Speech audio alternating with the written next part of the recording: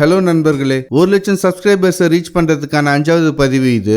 இன்னைக்கு காலையில எழுந்ததுமே எனக்கு சர்ப்ரைஸா இருந்தது. நான் வாங்கி வச்ச ரோஜா செடியில பூ பூத்து இருந்தது. இந்த செடிகளை வச்சதை பத்தி ஆல்ரெடி நம்ம சேனல்ல வீடியோ இருக்கும், முடிஞ்சா போய் பாருங்க. நாம செடிகளை பார்த்துட்டு இருக்கும்போது தூரமா நின்று நம்ம குண்டா நம்மள பார்த்துட்டு இருந்தான். சரின்னு நம்ம குண்டனுக்கு அரிசியை வச்சாச்சு.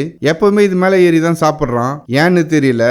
கொஞ்ச நேரத்துல நம்ம ஒயிட்டோ நம்ம குண்டா கூட ஜாயின் பண்ணிடுச்சு. அடுத்து நம்ம வாங்கிட்டு வந்த பிளாட்டினாக்கும் ஃபுட் போட்டாச்சு. இவனுக்கு இந்த ரொம்ப பிடிச்சிருக்கு போல, ஏன்னா ஃபைட்டர் ஃபிஷ்லாம் அதுங்க இருக்கிற இடம் பிடிச்சிருந்தா இந்த மாதிரி பபிள் நெஸ்ட் கட்டி இருக்குமா, இவனும் கட்டி இருக்கான். சீக்கிரமா ஒரு கிளாஸ் பாட்டில் இவனை மாத்தணும். நம்ம நண்பர்களுக்கு எல்லாம் ஃபுட்டை போட்டுட்டு பல்ல தேய்ச்சி முடிச்சேன். அதுக்கப்புறம் ஒரு காஃபி குடிச்சேன். காஃபி நல்லாவே இருந்தது. அதுக்கப்புறம் லாகின் பண்ணிட்டு கொஞ்ச நேரம் ஒர்க் பண்ணிட்டு இருந்தேன். அப்புறம் மார்னிங் ஃபுட்டை எங்க பெரியம்மா வீட்டில் தான் சாப்பிட்டேன். திரும்பவும் வீட்டுக்கு வந்து ஒர்க்கை கண்டினியூ பண்ணேன். அப்புறம் கொஞ்ச நேரம் கழிச்சு குளிச்சு முடிச்சு ஃப்ரெஷ் ஆனேன். லஞ்சும் ரெடியா இருந்தது. லஞ்சுக்கு இன்னைக்கு சாம்பார் சாதம், கோஸ் பொரியல், அப்பளம்லாம் வச்சாங்க.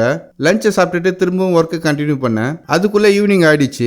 ஈவினிங் காத்தோட்டமா மாடியில போய் காஃபி குடிச்சேன். மொட்டை மாடி ஈவினிங் வியூ சூப்பரா இருந்தது. அப்புறம் தான் நோட்டீஸ் பண்ணேன், நம்ம வீட்டு மாடியில புளிய மரத்தை கிளையெல்லாம் வந்து அதுல புளியெல்லாம் காய்ச்சி இருக்கிறத. பர்சனலாவே எனக்கு இந்த புளியம்பழம்லாம் பிடிக்காது.